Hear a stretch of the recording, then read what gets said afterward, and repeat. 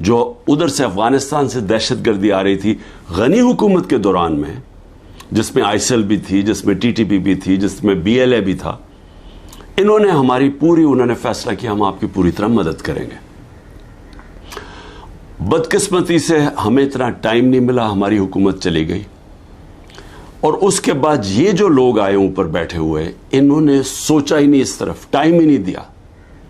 آج اگر بلاول یہ کہہ رہا ہے کہ جی ہم وہاں اندر افغانستان میں دہشت گردوں کے پیچھے جا سکتے ہیں، تو سب سے پہلا تو سوال اس کا ہے کہ یہ کتنی دفعہ افغانستان گیا ہے؟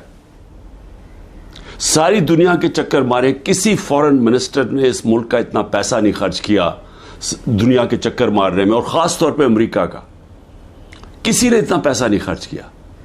ایک دفعہ بھی یہ کابل گیا، جبکہ ہمارا 2500 کلومیٹر کا بارڈر ہے، اور جبکہ ایک نئی حکومت آئی تھی جو پرو پاکستان تھی، جو غنی حکومت تھی وہ پرو انڈیا تھی۔ میں نے کانفرنسز کے اندر اس کو دیکھا جس طرح یہ ہاتھ باندھ کے کھڑا ہوتا تھا نریندر مودی کے سامنے، اور میں آخری کانفرنس جو تاشقند میں ہوئی تھی، جدھر ہندوستان بھی تھا اور ریپرزینٹیڈ، اور ادھر افغانستان بھی تھا، حالانکہ میں نے پوری کوشش کی ان سے اچھے تعلقات کرنے کی، میں گیا بھی کابل پریزیڈنٹ غنی سے بات چیت کرنے کے لیے، ان کو احساس دلوانے کے لیے کہ ہم تو جو بھی حکومت ہوگی افغانستان، ہم نے ان سے اچھے تعلقات رکھنے۔ اس کو پاکستان بھی بلایا، اس کے باوجود اس نے سب کے سامنے کھڑے ہو کے کہا کہ پاکستان نے 10,000 اپنے، اس نے ورڈ یوز کیا تھا، اپنے ہم نے لوگ بھیجے ہیں، ملیٹنٹس بھیجے ہیں جو مدد کریں افغانستان کے طالبان کی۔ سب کے سامنے جھوٹ بولا اس نے، تو وہ کھل کے ہمارے اگینسٹ تھا۔ ان کا جو سیکیورٹی ایڈوائزر تھا وہ ہر روز پاکستان کے خلاف سٹیٹمنٹ دیتا تھا۔ کوئی ادھر سے ہمیں مدد نہیں ملتی تھی جب یہاں کوئی بھی دہشت گردی ہوتی تھی۔ تو یہ جب حکومت چینج ہوئی تو ہمیں تو انہوں نے پوری کوآپریشن کا کہا، اور ہمیں اس وقت چاہیے تھا کہ ہم پورا فائدہ اٹھاتے اور جو بھی ہمارے مسئلے ہیں افغانستان کے ہم سارٹ آؤٹ کر لیتے، اور وہ تیار تھے۔ جب سے یہ حکومت آئی ہے ان کو ٹائم ہی نہیں ملا۔ میں پھر سے کہتا ہوں کہ یہ ہر وقت ہر دوسرے دن امریکہ پہنچا ہوتا ہے بلاول، یہ کتنی دفعہ کابل گیا۔ ہمیں چاہیے تھا کہ ہم وہ سارا ایریا جو ہمیں مسئلے بنے ہوئے ہیں دہشت گردی کو، اس کو ختم کرتے، نہ اس کے پاس ٹائم تھا، کیونکہ اور یا پھر اس کے جو ماسٹرز تھے، اس کے آقا تھے، ان سے اجازت نہیں ملی، نہ ہی ان کو اجازت ملی جو ہم نے روس سے سستا تیل بات کر کے آ گئے تھے۔ صدر پوٹن نے ہمیں کہہ دیا تھا، میٹنگ ہو گئی تھی پاکستان کے انرجی منسٹر اور ان کے انرجی منسٹر کی، لیکن ان کے ڈر سے، اپنے آقاؤں کے ڈر سے، نہ یہ روس سے تیل لیا ہم نے، جبکہ تیل کی قیمت $110 پہ پہنچی ہوئی تھی، اور ہندوستان نے 40% کنسیشن کے اوپر روس سے تیل لیا، جبکہ وہ امریکہ کا ایلائی ہے، ان کی اسٹریٹجک پارٹنرشپ کے اندر ہے، اور نہ ہی ان سے، ان کے ڈر سے نہ یہ وہاں گیا۔ اس کا آج یہ نتیجہ کیا ہے؟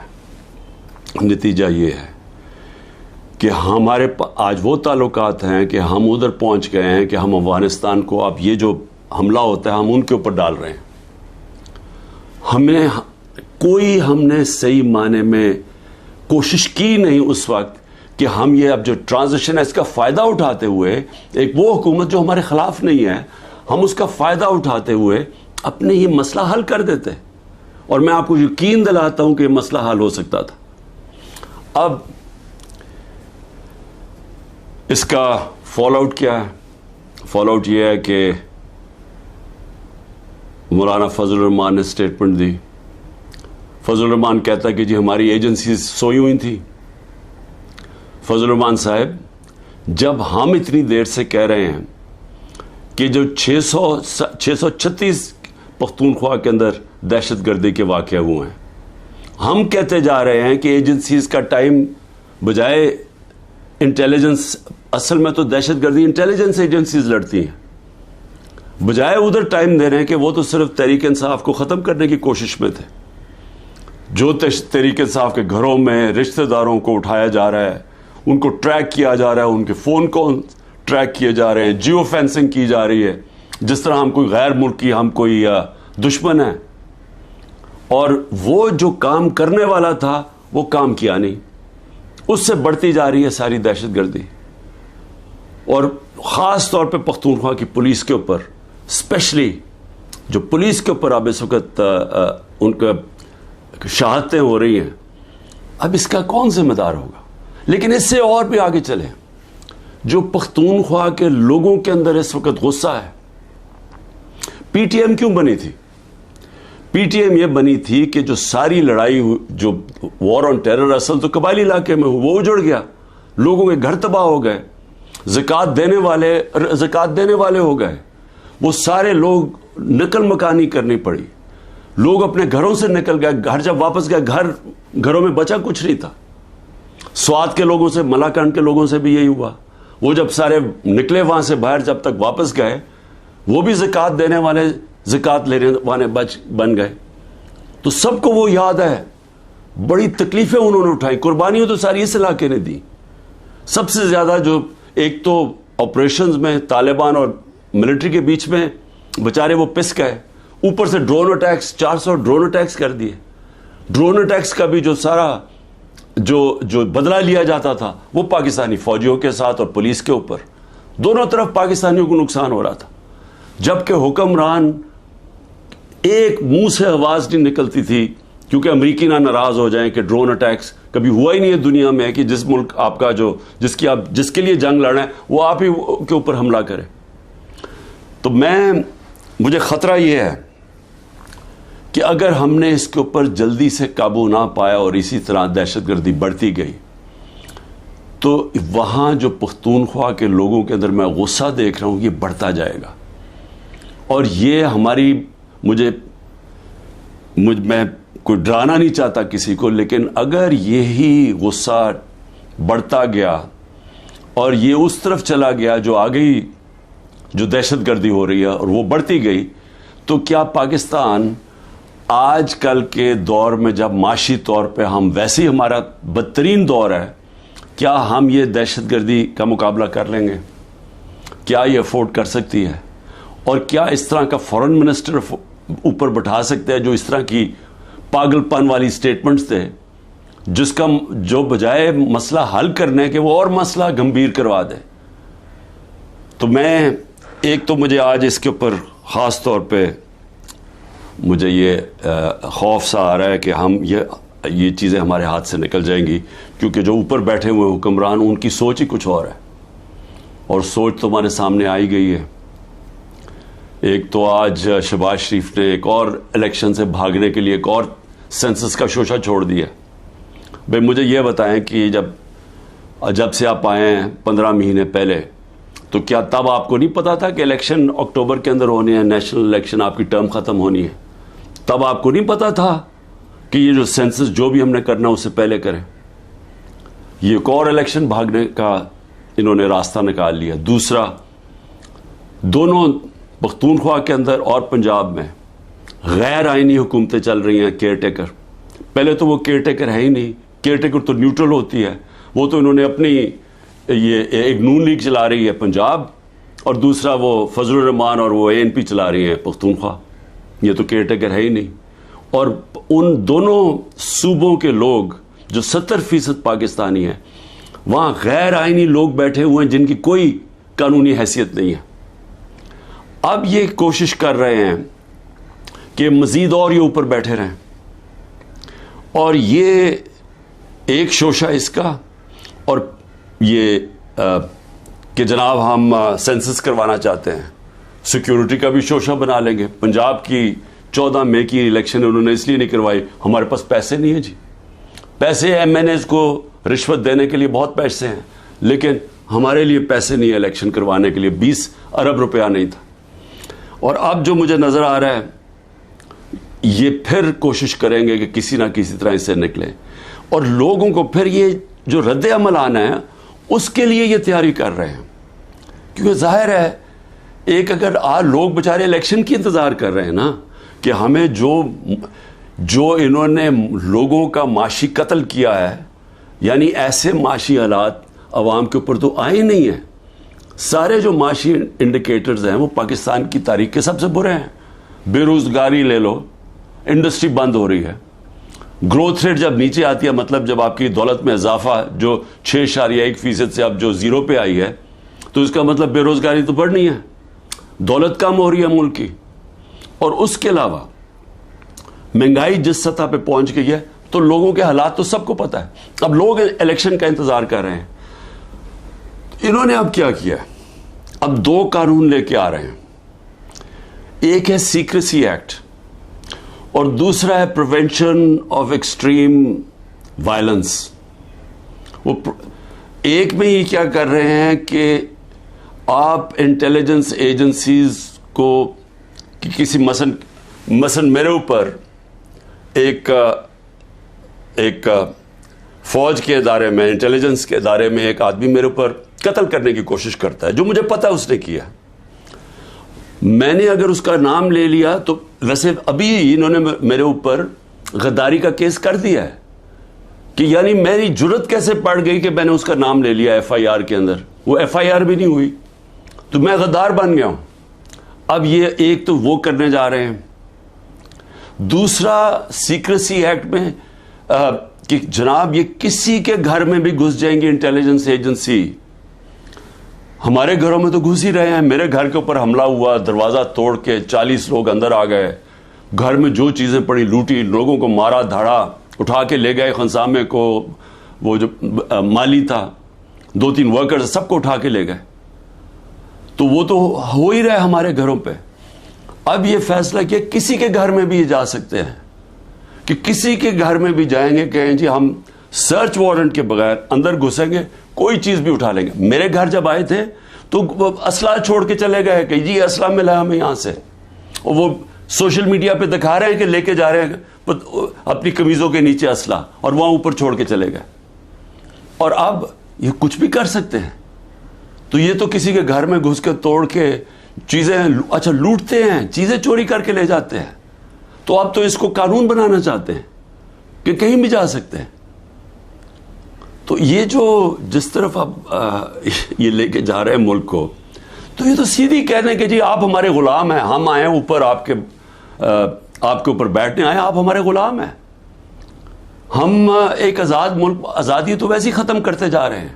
تو اب تو یہ انگریزوں سے بھی زیادہ بدترین غلامی ہے، کیونکہ انگریزوں کے زمانے میں پھر بھی آپ 24 گھنٹے میں کسی کو عدالت میں پیش کرتے تھے جب اگر آپ نے کسی کو اٹھایا ہے. یہاں تو لوگ غائب ہو جاتے ہیں. عمران ریاض ابھی تک غائب ہے، اس کو کوئی 80 دن ہو گئے ہیں.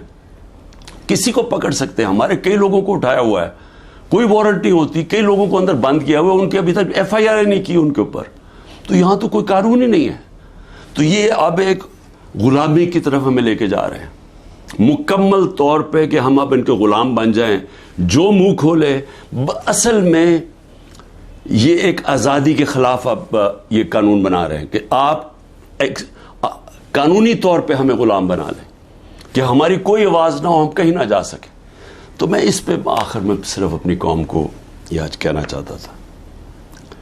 دیکھیں محرم کا مہینہ ہے. محرم میں ہمیں کیا سبق ملتا ہے؟ ہمیں محرم میں ایک ہی سبق ملتا ہے کہ رائے حق کے لیے، ظلم کے خلاف کھڑے ہونے کے لیے اگر ظالم کے سامنے کھڑے ہوتے ہوئے آپ کی جان بھی چلی جائے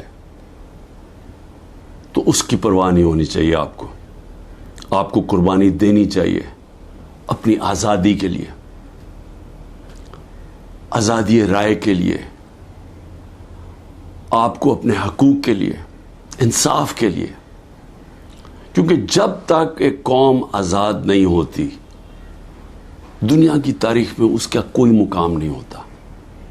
وہ میں بار بار آپ کو مولانا رومی کا وہ جو ان کی ایک کہات ہے کہ جب اللہ نے آپ کو پر دیے تو کیوں چوٹیوں کی طرح زمین پہ رینگ رہے ہو. غلام زمین پہ رینگتے ہیں، ان کی کوئی حیثیت نہیں ہوتی. 25 کروڑ کی آبادی ہے. آج مجھے بتائیں ہماری کیا حیثیت رہ گئی؟ وہ جا کے بلاول بھٹو کتنی دفعہ امریکہ گیا ہے, پتہ نہیں کتنے ہمارے ڈالر خرچ کیے اس نے وہاں, اور جب نریندر مودی وہاں گیا تو اس کو ایسا انہوں نے جس طرح کا استقبال دیا. اور اس کے بعد بائیلیٹرل ٹاک تھی ان دونوں کے بیچ میں, امریکہ اور انڈیا. پاکستان کو انہوں نے دہشت گرد بنا دیا کہ جی دھمکی دی کہ دہشت گردی بند کرو. یہ حیثیت رہ گئی ہے. ہندوستان جاتا ہے بلاول بھٹو, جو ان کا فارن منسٹر اس کو ذلیل کرتا ہے. میں نے کبھی کسی کانفرنس میں ایک ہوسٹ ملک جو ہوسٹ کر رہا ہے, میں نے کبھی نہیں دیکھا اس طرح کی ذلت. تو کیا حیثیت رہ گئی ہے کہ یہ ہماری حیثیت ہے, کیونکہ غلاموں کی کیا حیثیت ہے. تو میں آج آپ سب کو یہ آج پیغام دینا چاہتا ہوں کہ میرے نبی صلی اللہ علیہ وسلم کے نواسے نے رائے حق کے لیے ایک ظالم کے سامنے اپنی قربانی دینے کے لیے وہ تیار ہو گئے, لیکن ظلم کے سامنے جھکنے سے انہوں نے منع کیا. انہوں نے کہا میں اس سے بہتر ہے, اور میں کہتا ہوں کہ غلامی سے بہتر ہے موت. اور صدیوں تک ہر وقت جب مسلمان ظلم کے سامنے کھڑا ہوتا تھا تو ان کو یاد آتا تھا کہ ہمارے نبی صلی اللہ علیہ وسلم کے نواسے نے ظالم کے سامنے سر نہیں جھکایا, سر کٹوا لیا. یہ میں آپ کو ایک جو برطانیہ کی تاریخ ہے اس میں سے ایک واقعہ بتا دوں. برطانیہ کا ایک ہنری اس کا نام تھا, جو ان کا بادشاہ تھا. اس کا بڑی قریب دوستی تھی ایک جج تھا سیمول بیکٹ. وہ جو جج تھا اس کو وہ بنا دیتا ہے چیف جسٹس بنا دیتا ہے. ایک کیس چاہتا ہے کہ بادشاہ کہ یہ تم میرے لیے فیصلہ کرو. اس کا اپنا دوست جو ان کا جو چیف جسٹس ہوتا ہے وہ کھڑا ہو جاتا ہے, کہتا ہے نہیں یہ ناانصافی ہے. وہ اس کو دھمکیاں دیتا ہے, ڈراتا ہے, دھمکاتا ہے, دوستی جتاتا ہے. سیمول بیکٹ کہتا ہے میں ناانصافی نہیں کر سکتا. آخر میں اس کو پھانسی دلوا دیتا ہے. وہ پیچھے نہیں ہٹتا, مرنے کے لیے تیار ہو جاتا. برطانیہ کے جج سارا جسٹس سسٹم یاد رکھتا ہے اس آدمی کو. صدیوں تک جب بھی جج کھڑا ہوتا تھا تو اس کے بھی ذہن میں آتا تھا کہ سیمول بیکٹ تھا. پاکستان میں ججز دیکھیں, ہمارے ججز جسٹس کورنیلیس مسلمان تو نہیں تھے. سب جوڈیشری ان کو یاد کرتی ہے, ریسپیکٹ کرتی ہے. سب کو پتا تھا کہ انصاف کے لیے کھڑے ہوتے ہیں. آج بھی وہی دن ہے. ہمارے ججز کے بیچ میں نظر آ رہا ہے کہ ایک دو ججز کھڑے ہو گئے ہیں اس ظلم کے نظام پہ, دھمکیوں کے باوجود وہ کھڑے ہو گئے کہ لوگوں کے انسانی حقوق کے لیے. اور وہ لوگ یاد کر رہے ہیں ان کو, گھروں میں ان کی بات ہو رہی ہے. میں آج اپنی جوڈیشری کو کہنا چاہتا ہوں کہ یہ ملک کو بالکل غلامی سے بچانے کے لیے آپ روک سکتے ہیں. ہم تو کھڑے ہیں. میں تو آپ کو یہ واضح کر دوں کہ میں جب تک زندہ ہوں میں نے تو اسے قبول نہیں کرنا کبھی, اس ظلم کو, نہ اس غلامی کو. لیکن میں اپنی جوڈیشری سے کہتا ہوں کہ یہ وقت ہے, آپ میں سے وہ لوگ ہیں جو ایک وقت یاد رکھیں گے, جو نام ہوگا کہ جی وہ دیکھیں وہ آدمی جب یہ ملک کو غلامی کی طرف لے کے جا رہے تھے, ملٹری کورٹس کی طرف لے کے جا رہے تھے, کہ جن لوگوں کے گھروں میں گھس کے عورتوں کو, بچوں کو اٹھا کے لے جاتے ہیں, گھر لوٹ لیتے ہیں, رشتہ داروں کو. کلیکٹیو پنشمنٹ صرف اسرائیل دیتا ہے فلسطینیوں کے خلاف, مقبوضہ کشمیر میں کشمیریوں کے خلاف دیتے ہیں. FCR جو تھی جب انگریز حکمران تھا وہ دیتا تھا قبائلی علاقے کے لوگوں کو کلیکٹیو پنشمنٹ کہ ایک فرد اگر نہیں ہے تو اس کے رشتہ دار پکڑ کے لے جا جاتے تھے. لیکن آزاد معاشروں میں کوئی کلیکٹیو پنشمنٹ نہیں ہوتی, اور یہ ہمارے یہاں کھلے عام ہو رہی ہے. بچوں کو اٹھا کے لے جاتے ہیں, رشتہ داروں کو لے جاتے ہیں. تو میں اپنی جوڈیشری کو کہتا ہوں کہ دیکھیں یہ ساری قوم آپ کی طرف دیکھ رہی ہے. جو آپ میں سے سٹینڈ لیتا جاتا ہے, انصاف کے لیے کھڑا ہوتا ہے, لوگوں کی آزادی کے لیے, لوگ اس کو ہمیشہ یاد رکھیں گے. لیکن ان کو بھی دیکھ رہے ہیں جو وہ کہتے ہیں نا, وہ طفل کیا کرے گا جو گھٹنوں کے بعد چلے, جو پہلے ہی سے گرے ہوئے ہیں, طاقت کے سامنے سر جھکا کے بیٹھے ہوئے ہیں, ان کو بھی, ان ججز کو بھی لوگ دیکھ رہے ہیں, ان صحافیوں کو لوگ دیکھ رہے ہیں. ارشد شریف ہمیشہ یاد رہے گا اس قوم کو کہ اس نے بجائے یہ کہ اپنے ضمیر کا سودا کرے, وہ ملک چھوڑ کے چلا گیا اور وہاں اس کو شہید کیا گیا. 4 آج ہمارے بڑے بڑے صحافی ملک سے باہر بیٹھے ہوئے ہیں بجائے یہ کہ وہ اپنے ضمیر کا سودا کریں. اور یہاں ایسے لوگ ہیں جن کو انہوں نے جیلوں میں ڈالا ہے, غلام حسین, اوریا مقبول جان, سمیع ابراہیم, ایاز امیر. یہ لوگ ان کو یاد رکھیں گے کہ انہوں نے ضمیر کا سودا نہیں کیا, یہ کھڑے ہوئے رائے حق پہ لیے. اور یہی ہوتا ہے فرق انسانوں میں. یہ ہے سارے اللہ کے نبی انصاف کے لیے سٹینڈ لیے, انہوں نے مشکلیں برداشت کی. ہمارے نبی صلی اللہ علیہ وسلم کتنی مشکلیں برداشت کی انہوں نے مکہ میں, جب ان کی آزادی رائے لی گئے کہ ایک خدا ہے. کتنی مشکلیں انہوں نے اٹھائی. لیکن ہم ہمیشہ ان کو, اور ہمیں اللہ کہتا ہے ان کے راستے پہ چلو, اور ہم یہاں ظلم کے سامنے گھٹنے ٹیک کے بیٹھے ہوئے ہیں اور دیکھ رہے ہیں تماشا کہ سارا ملک کا اوپر گند اوپر بٹھا دیا, اور ہمیں کہہ رہے ہیں کہ جی اگر آپ منہ کھولیں گے تو آپ کے گھر توڑ دیں گے, آپ کو جیلوں میں ڈال دیں گے, آپ کو ملٹری کورٹس میں ٹرائی کریں گے, اور ہمیں ڈرا کے جناب کے بھیڑ بکریوں کی طرح ہمیں رکھنا چاہتے ہیں. یہ ہے وقت سٹینڈ لینے کا.